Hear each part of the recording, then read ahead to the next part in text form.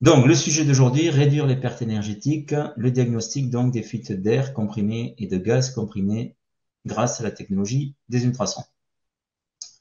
Le plan de la présentation que nous allons voir ensemble, donc je vais déjà faire une petite introduction.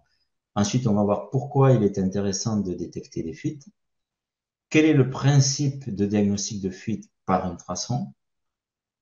Comment évaluer donc les pertes, les taux de fuite et quels sont les bénéfices de la technologie des ultrasons ici? Et ensuite, je vous présenterai des exemples de détection de fuite avec des rapports, quelques exemples de rapports également, et nous finirons par les réponses aux questions, donc une session de questions-réponses. Pour vous présenter un petit peu donc la société UE Systems, on existe cette année donc depuis 51 ans aux États-Unis et en Europe, mais avec une présence également mondiale sur les 5 continents.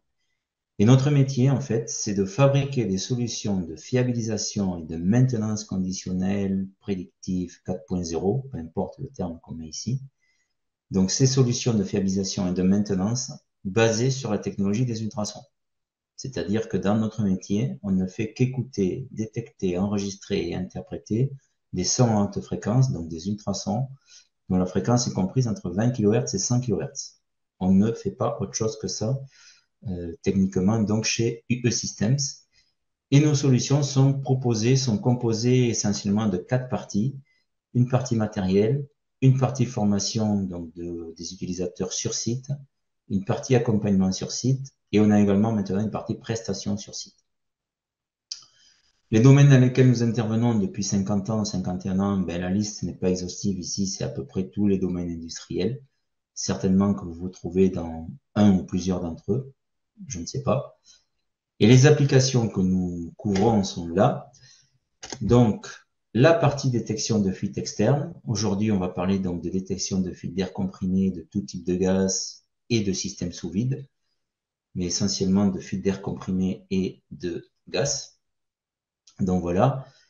On sait aussi détecter avec la technologie du système des fuites internes sur des systèmes de canalisation, de vannes, sur des systèmes hydrauliques, sur des systèmes de vapeur, notamment les purgeurs, les moustiques et les purgeurs. On sait faire du diagnostic d'installation électrique, surtout à haute tension, parce que les défaillances sont plus sévères à haute tension, le degré de dégradation est plus rapide, la vitesse de dégradation est plus rapide, et les installations à haute tension, on ne peut pas ouvrir les coffres électriques, donc c'est intéressant ici de pouvoir diagnostiquer de l'extérieur. Et la dernière famille d'applications concerne le diagnostic et le suivi prédictif de machines tournantes, en disant que tout ce qui tourne, donc palier, moteur, réducteur, convoyeur, pompe, avec des effets de cavitation pour les pompes, le graissage intelligent est assisté par un ultrason également. Donc ça, c'est la dernière famille d'applications. Et tout ceci, on le décline avec du matériel portatif et des systèmes de monitoring online, de surveillance permanente, qui sont des systèmes composés de capteurs, de boîtiers d'acquisition et de logiciels. Voilà pour ce que nous faisons. Et nous allons aujourd'hui parler donc de fuite d'air comprimé et de gaz, essentiellement. Pourquoi donc cette détection de fuite sur ces réseaux d'air comprimé, de gaz et de vide?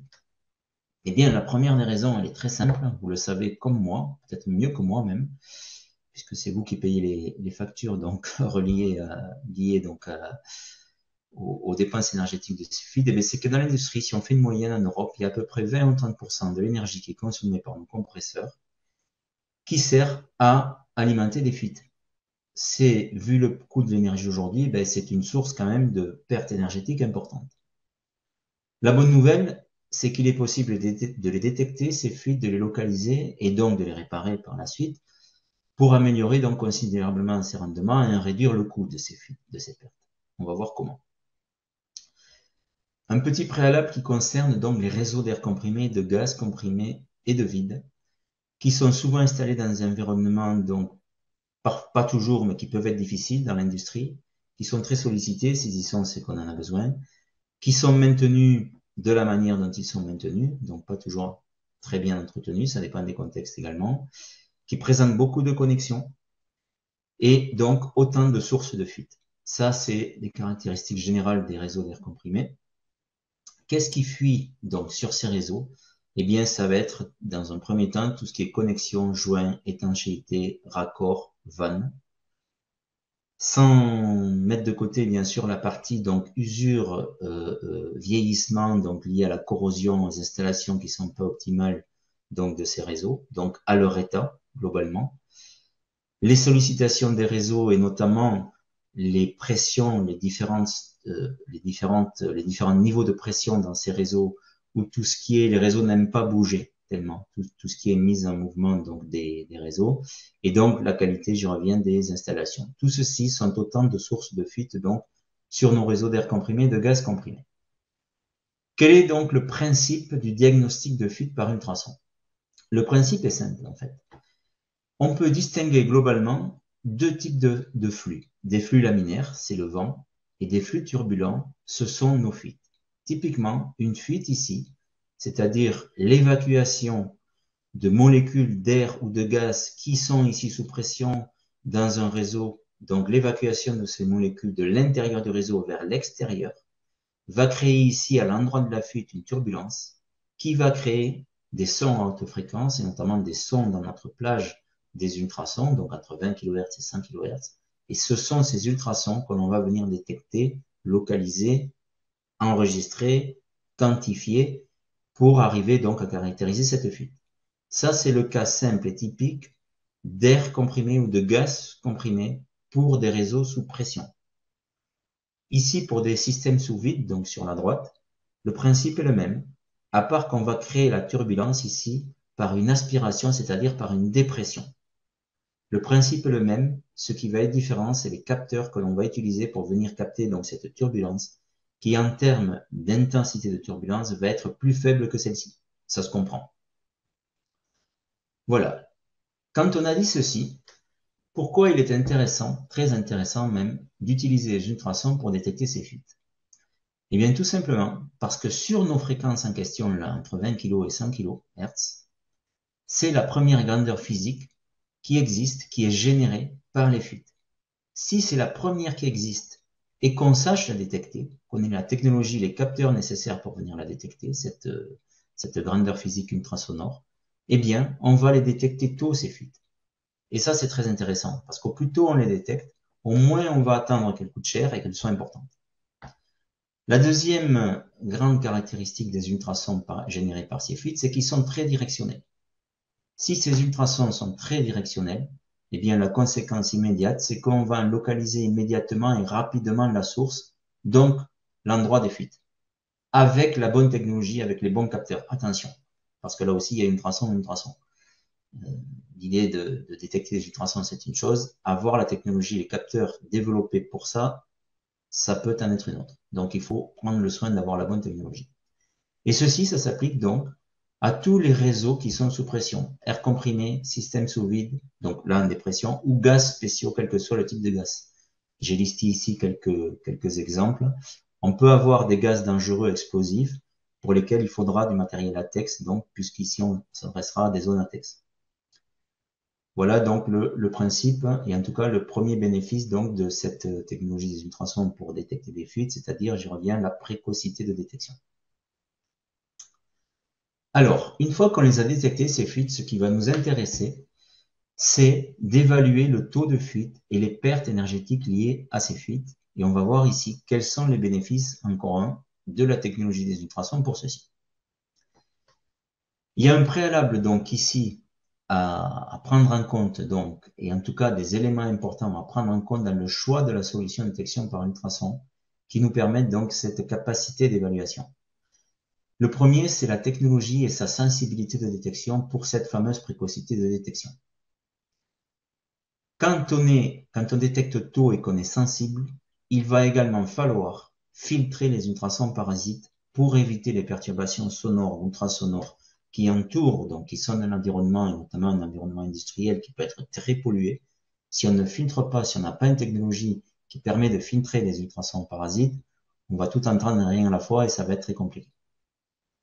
Il y a un point ici qui est crucial pour cette capacité d'évaluation, c'est la capacité de mesurer et d'enregistrer toutes les données relatives à ces fuites, pour d'une part en faire une base de données de fuite et donc d'enregistrement, et d'autre part pour faire des rapports et du suivi prédictif. Tout ceci, une fois qu'on l'a enregistré, il va falloir la partie logicielle qui va nous permettre d'interpréter, d'analyser et donc de faire ces rapports. Et un point très important qui va nous permettre également d'être performant donc sur cette partie évaluation, ben, c'est la garantie, le support technique et la formation du constructeur. Parce que bon, ceci c'est quand même un métier, quand on sait le faire, c'est tout à fait faisable, mais enfin voilà, il y a un minimum quand même d'informations à avoir et c'est quand même important dans ce cas-là que le fournisseur de solutions permette donc cette partie formation. Sur le matériel par lui-même, qu'est-ce qu'il sera important de regarder pour réaliser cette détection et cette évaluation de fuite? Eh bien, c'est d'avoir du matériel qui comporte tous les modules nécessaires à la détection à courte, moyenne et longue distance. Une technologie de détection qui soit donc assez sensible. Ici, je vous parle de détection trisonique parce que chez le système, on a donc la particularité d'avoir cette technologie de détection pour détecter tout type de fuite à toute distance. La capacité de régler les fréquences, donc pour se centrer sur les fréquences des fuites et filtrer les autres. La capacité à prendre des photos pour pouvoir localiser de manière très précise à toutes les distances, donc on parle ici de pointeur laser, donc la position des fuites. La facilité, la simplicité d'utilisation des systèmes, je parle ici d'écran tactile. Et enfin, pour pouvoir faire cette évaluation, l'enregistrement donc des mesures en décibels relatives à chacune de ces fuites. Donc pour établir des circuits, faire des rapports et quantifier. Quelques autres points qui concernent la technologie du système, là aussi, je vous parle de la nôtre, c'est que le même type d'appareil permet de faire de la détection de fuite externe, mais aussi de fuite interne, du diagnostic de machine tournante, du diagnostic d'installation électrique. C'est-à-dire qu'avec un seul et même appareil, on va donc remplir cette fonction, cette mission de détection de fuite, mais d'autres. Ça, c'est intéressant pour l'utilisateur parce que, eh bien, l'idée, ça sera de maximiser donc l'utilisation de la technologie et d'avoir un ROI, donc un retour sur investissement plus intéressant. Donc, la capacité donc d'éditer ces rapports avec les logiciels qui vont avec, on l'a vu, l'aspect évolutif et fiable donc des systèmes et la partie donc formation. Je vais maintenant vous donner quelques exemples de détection de fuite, vous présenter quelques exemples donc qui mettent en œuvre la technologie et le système aussi bien pour la détection que pour la partie rapport. Donc le principe, c'est d'abord de les détecter, de les localiser, de les enregistrer et de les prendre en photo pour pouvoir en avoir la position exacte et pour en faire donc de l'évaluation de coût. Le système avec lequel donc je vais prendre l'exemple là pour mettre en œuvre cette méthodologie, c'est l'UltraProbe donc UP15000 de notre gamme, qui est notre dernier appareil, qui permet donc de réaliser cette détection de fuite avec ces caractéristiques très intéressantes de détection trisonique qui permettent donc d'être à la fois sensible et de filtrer les ultrasons parasites. Donc, qui se présente sous forme, comme vous le voyez là, d'une valise avec tous les modules qui sont autour de l'appareil. Donc, un module longue distance qui nous permet de balayer à distance une zone, avec ici, on voit une intensité en décibels relative donc, à la zone en question. Un module de balayage qui va permettre, en se rapprochant, de focaliser un petit peu plus là où les fuites détectées.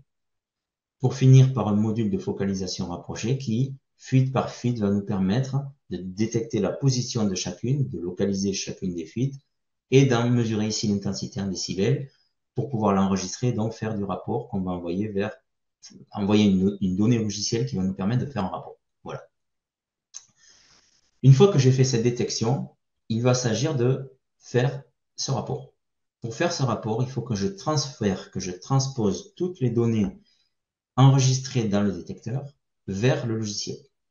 Ce logiciel existe chez nous sous deux grandes formes, une partie logiciel sur PC et une partie application donc mobile qu'on peut utiliser sur tablette ou téléphone, que ce soit Android ou Apple ou iPhone.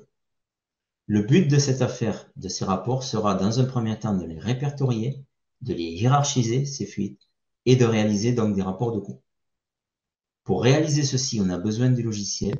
Tous les rapports réalisés par le logiciel seront fournis au format Excel ou PDF, l'un ou l'autre ou les deux. Un exemple ici de rapport que l'on peut configurer de manière tout à fait personnalisée. Dans nos formations, on propose certaines configurations qui sont utilisées par la quasi-totalité de nos clients parce que voilà, on en a l'habitude et on sait ce qui intéresse donc en termes de retour d'informations, mais les champs que vous voyez là dans les différentes colonnes sont tout à fait paramétrables, on peut y mettre tout ce qu'on veut. Donc l'idée ici, c'est d'avoir dans un premier temps un tableau récapitulatif et quantitatif de toutes les fuites détectées, qui va prendre une par une chacune des fuites, sur laquelle on aura la description du problème, l'intensité en décibels ici mesurée par le matériel, le type de gaz si c'est de l'air ici, sa pression, la durée donc sur laquelle on lui demande de faire ce calcul en termes de nombre de jours par an et de nombre d'heures travaillées par jour, et ici des informations relatives donc aux différents coûts pour chacune des fuites, pour avoir un coût global ici. On peut avoir donc cette information sous forme de tableau récapitulatif. On peut avoir la même chose sous forme graphique, un petit peu plus sexy, entre guillemets, si je peux dire, puisque l'apparition ici de taux de fuite et notamment de coûts sous forme de camembert peut être intéressante, sachant qu'on peut paramétrer ces rapports au fur et à mesure de la réparation donc, de ces fuites.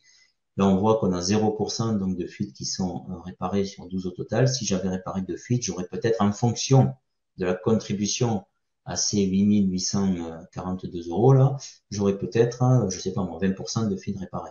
Le but de ceci, c'est d'enregistrer ceci et de faire du suivi pour, au fil du temps, arriver à un taux de fuite réparé de 100% et un taux donc de fuite existant de 0 €. Alors, quelques exemples ici. Une fois qu'on a réalisé, donc extrait ces tableaux au graphe récapitulatif, l'idée, c'est d'aller fuite par fuite et sur nos rapports de pointer la position de la fuite et d'avoir pour chacune des fuites et chacune des positions de fuite, donc le commentaire qui va bien, qui indique aux équipes de réparation qui n'auront plus qu'à éditer ce type de, de fichiers qui indique donc aux équipes de réparation qui est de dire ben voilà j'ai fait une campagne et je me retrouve avec 50 fuites. Pour chacune d'entre elles, l'idée sera donc d'avoir la localisation et ici les commentaires qui vont bien donc pour chacune des fuites. Donc quelques exemples ici de localisation donc de fuites qui viennent de cas pratiques dans l'industrie, qui sont plus brillants les uns que les autres. Et on voit qu'on arrive bien, donc, avec cette technologie de réglage de fréquence et de filtrage des ultrasons parasites. Donc, on arrive bien à localiser de manière précise chacune des fuites ici sur différents, donc, ici, un bloc de distributeur, un rapport rapide, un raccord rapide, donc, de thématique. Et voilà pour les exemples que j'avais à vous partager. Par rapport à ceci, j'ai été assez rapide et je ne veux pas monopoliser la parole pendant toute la matinée. Je vais donc maintenant passer aux questions. Voilà, pour avoir une première question ici. Quelle précision de mesure pour les éléments non accessibles de près réseau en hauteur, par exemple? Alors ça, c'est une excellente question. C'est une excellente question parce que bien dans l'industrie, on n'est pas toujours sur des choses accessibles. Et notamment, donc ça peut être à distance, ça peut être derrière des équipements industriels, ça peut être en hauteur. Alors, la capacité de détection, comme vous l'avez vu en début de présentation, c'est une fuite de 0,1 mm à 0,3 bar à 15 mètres. Donc, en termes de sensibilité et de capacité de détection, qu'on soit à 0,1 mm de la fuite ou à 15 mètres, on va la détecter de la même manière. Après, ce qui va être intéressant de pouvoir faire donc à distance, c'est de pouvoir la localiser. La détecter, c'est une chose, mais il faut savoir où elle est. Donc là, en fait, il y a sur nos systèmes des pointeurs laser qui permettent de cibler, donc de cibler donc et de pointer la position exacte au millimètre près, je dirais, de la position sur laquelle la localisation donc de la fuite, sur laquelle on entend la prépondérance ultrasonore que nous indique l'appareil. Donc, jusqu'à 15 mètres avec des modules traditionnels, on va détecter, donc avec les modules détectés, localisés avec les modules traditionnels. Au-delà de 15 mètres, on a des modules paraboliques qui vont jusqu'à une trentaine de mètres, qui feront la même chose, mais qui par contre seront des options, si vous voulez, de nos systèmes. Donc voilà, qu'on soit à 0,1 mm jusqu'à 30-35 mètres, on va détecter, localiser de la même manière. Pourquoi ne pas corriger les fuites au fur et à mesure pour ce qui est des microfuites? Exemple, serveur de rapport. Ça se fait beaucoup, ça. Ça se fait beaucoup. Une excellente question également. C'est-à-dire que il y a plusieurs cas de figure. Soit euh, vous avez des équipes qui ne font que le diagnostic, qui enregistrent toutes les fuites, qui remettent tout ceci sous forme de rapport, et vous avez en parallèle une équipe de réparation qui va prendre le rapport et aller fuite par fuite pour réparer. Il y a ce premier cas-là. Et il y a un deuxième cas qui est de dire que, OK, je fais ma détection, ma localisation, et notamment sur les petites fuites qui ne nécessitent pas beaucoup d'outillage pour être réparé, oui, on fait la réparation immédiatement. Et c'est même ça ce qu'on préconise, parce que les petits rivières font c'est les petits, pardon, les petits ruisseaux font les grandes rivières, c'est-à-dire que tant qu'on est sur place, tant qu'on est là, euh, ça coûte rien, c'est aussi facile de réparer la fuite tout de suite. Après, c'est plutôt une histoire d'organisation. Voilà. Dans un environnement, une autre question, je prends une autre question. Donc, dans un environnement à 30 dB, la recherche de fuite est-elle réalisable? Alors, absolument. Et même dans des environnements à plus de 30 dB pour une raison simple. C'est que les 30 décibels que nous entendons, nous, avec notre oreille humaine, sont 30 décibels dans la plage de fréquence des sons. Et rappelez-vous ce que j'ai présenté en début de présentation, nos appareils n'écoutent que dans la plage des ultrasons, et sur cette plage-là, on va encore leur donner une fréquence. C'est-à-dire que tout ce que l'on entend, nous, avec notre oreille, nos appareils ne les détectent pas. Ils ne vont venir détecter des fuites que dans la plage des ultrasons, et encore à une fréquence particulière, tout en filtrant encore les autres. Donc, l'intérêt de cette affaire, c'est de pouvoir vraiment aller détecter des fuites et écouter des fuites dans des environnements industriels très bruyants. Et Dieu sait que dans l'industrie, il y a des environnements bruyants. Voilà, nos systèmes-là sont mis en œuvre vraiment dans des environnements industriels très, très, très bruyants. Et ça, c'est possible, je le redis, grâce à ce réglage de fréquence qui filtre les fréquences parasites. C'est-à-dire qu'on ne détecte, on n'écoute et on ne localise que les fréquences de nos fuites. Sans ça, ça serait pas possible. Je prends une autre question. Donc, quelles sont les données d'entrée pour la conversion en décibels en euros? Quelle incertitude sur cette conversion? Alors ça, c'est aussi une excellente question. Les données qui sont nécessaires donc à rentrer dans le logiciel ou dans l'application sont le type de gaz, sa pression, le coût du kilowattheure pour les fuites d'air comprimé. Donc, dans le cas de l'air comprimé, pourquoi le coût du kilowattheure? Parce que le compresseur consomme de l'électricité. Ou le coût du mètre cube de gaz, dans le cas d'un gaz autre, d'un gaz spécial, qui ne serait pas produit par un compresseur. Donc, je le redis, pour pouvoir faire une évaluation correcte, il faut le type de gaz, sa pression, le coût du kilowattheure dans le cas de l'air comprimé, ou le coût du mètre cube de gaz dans le cas d'un gaz spécial qu'on achèterait au mètre cube. Voilà. Cette conversion, elle est faite par l'algorithme qui est dans le logiciel, qui se sert de tout un tas de données qui sont déjà intégrées donc au logiciel, et qui en fait, avec entre les données pour tous les gaz à toutes les pressions et l'algorithme donc qui travaille avec ces données, on arrive à une conversion et une précision d'évaluation qui est de l'ordre de 90% tout à fait aisément, dans la mesure, c'est le cas de le dire, où la mesure est bien faite. C'est-à-dire qu'il y a une méthodologie quand même à appliquer pour détecter la fuite et pour prendre la mesure. Si on enregistre la mesure, si on fait la mesure n'importe où, n'importe comment, c'est sûr que là, la précision sera moins bonne. C'est pour ça qu'on met en place ces petites journées de formation. C'est pas de longues formations, c'est des sessions d'un jour en principe, mais où on donne toute la méthodologie de détection, de mesure, d'enregistrement. Voilà. Alors, le coût des appareils, il y a plusieurs types d'appareils. Donc là, je ne vais pas partager le but, c'est de vraiment faire un webinaire de présentation de la technologie, des solutions donc de détection de fuite et du principe.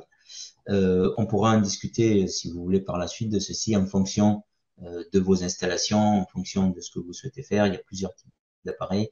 Et donc, l'idée, c'est de cibler au plus juste et de faire en sorte que chaque client ait l'appareil qui lui permet de faire le maximum de choses, pour lequel il y a un retour sur investissement le plus intéressant possible. Voilà pour ce que je souhaitais partager ce matin. je prends une autre question. Donc, quid de la détection dans les environnements très encombrés et peu accessibles? Alors, ça, c'est également une autre, un autre de nos quotidiens, je dirais, dans l'industrie, c'est-à-dire que parfois des choses sont à distance et sont accessibles, parfois des choses peuvent être même très près et absolument pas accessibles, et parfois on peut avoir les deux. Donc là, en fait, ce qui fait qu'on arrive à faire un excellent travail, il y a deux choses. La première, c'est comme je le disais tout à l'heure, c'est le choix du matériel. C'est-à-dire qu'il faut vraiment bien choisir et la technologie de détection et l'appareil qui va bien pour aller, je le répète, se centrer sur les fréquences que l'on cherche et filtrer les autres et avoir tous les modules qui permettent de détecter aussi bien de près que de loin. Ça, c'est le premier préalable qui est absolument nécessaire avec si on n'a pas la bonne technologie, le bon matériel, on ne fera rien dans ces environnements donc très encombrés et peu accessibles. Ça, c'est la première chose. Et la deuxième des choses, c'est la méthode. C'est-à-dire que à partir du moment où on sait qu'est-ce que créent ces fuites, c'est-à-dire des ultrasons, comment se comporte cette onde, on va venir calquer là-dessus la méthode de détection de cette onde et surtout d'isolation de cette onde par rapport au reste. Et ça nous sert énormément dans ces environnements donc peu accessibles et encombrés. Si on suit ce process, cette ligne rouge qui est une méthode en entonnoir, il n'y a aucune raison que dans un process, que dans un environnement, pardon, même encombré et peu accessible, on trouve les fuites quand même. Qu'on soit dans un environnement encombré ou totalement dégagé, qu'on soit de près, qu'on soit de loin, le fait de suivre la méthode avec le bon appareil, les bons réglages, les fuites, on les trouve. Les seuls cas où on ne les trouve pas, c'est si le système n'est pas sous pression. Ça, c'est sûr que si on n'est pas sous pression, on n'a pas de fuite, donc là, on ne va pas les trouver. Voilà, pour une question également très intéressante, hein, parce que c'est le cas de beaucoup d'installations. Ça. On n'est pas tout le temps dans des choses accessibles. On est même très souvent dans des choses qui ne sont pas accessibles, pour tout dire. Une autre question intéressante. Hein. Le rendement et la puissance du compresseur associé au réseau n'influent pas la quantification de la fuite. Alors, si, bien sûr que si, parce que la consommation en kilowattheure du compresseur, c'est une chose, mais avec ce coût de kilowattheure consommé, si je peux dire ça comme ça, entre un compresseur moderne, très efficace, et un compresseur qui est un petit peu plus ancien et qui serait peut-être moins efficace, c'est-à-dire qu'avec la même consommation d'électricité, produirait moins d'air, bien évidemment qu'il y a un impact. Ça, c'est le premier impact. Le deuxième impact par rapport aux compresseurs, c'est la technologie des compresseurs.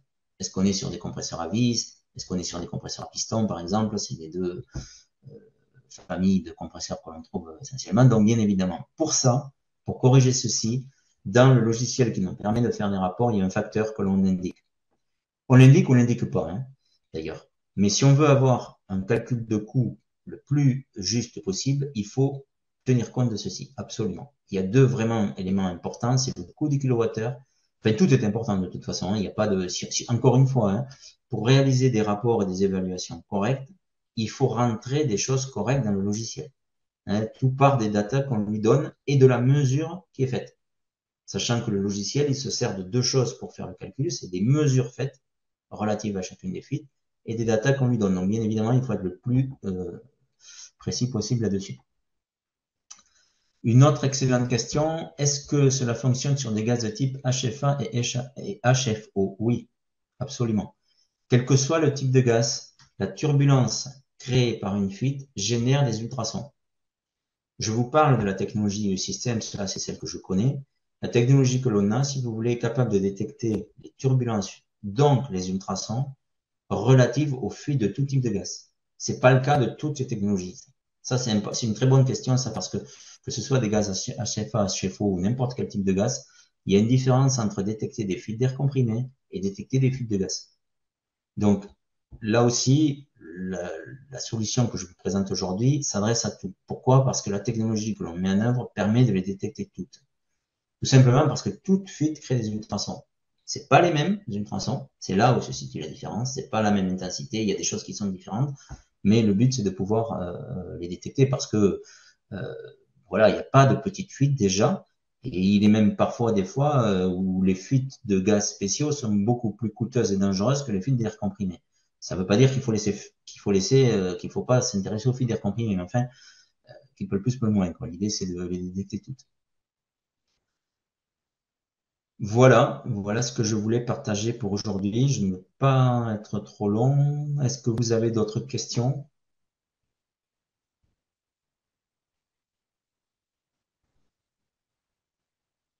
Apparemment pas. Donc, dans ce cas-là, je vais donc mettre un terme donc à cette présentation. N'hésitez pas si vous avez des questions, hein, vous avez mes coordonnées en, en début de présentation. Vous recevrez également un petit mail avec donc le PDF de ce PowerPoint.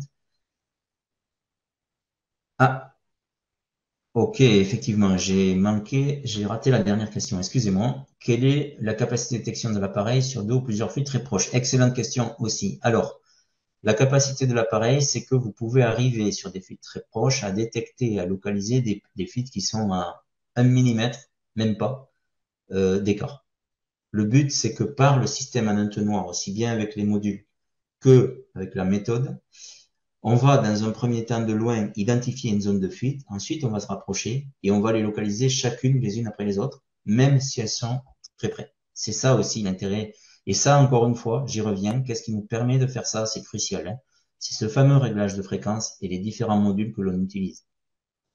Il ne s'agit pas de dire, il y a des choses qui existent sur le marché avec le même module, vous détectez tout. Quand vous détectez tout avec le même module et même de loin, il ne faut pas croire que vous allez tout détecter. Vous allez être exhaustif déjà dans la détection et également dans la localisation.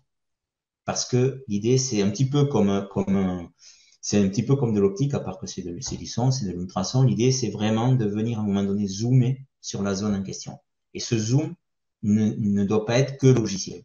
Il y a du zoom logiciel, certes, mais il y a aussi un zoom physique avec les différents modules. Donc, pour répondre à cette question, c'est quel que soit, vous pouvez avoir 10 fuites à 1 mm les unes à côté des autres, vous les détecterez toutes, vous les localiserez toutes. Et ça, c'est très important parce qu'encore une fois, les petits ruisseaux créent les grandes rivières.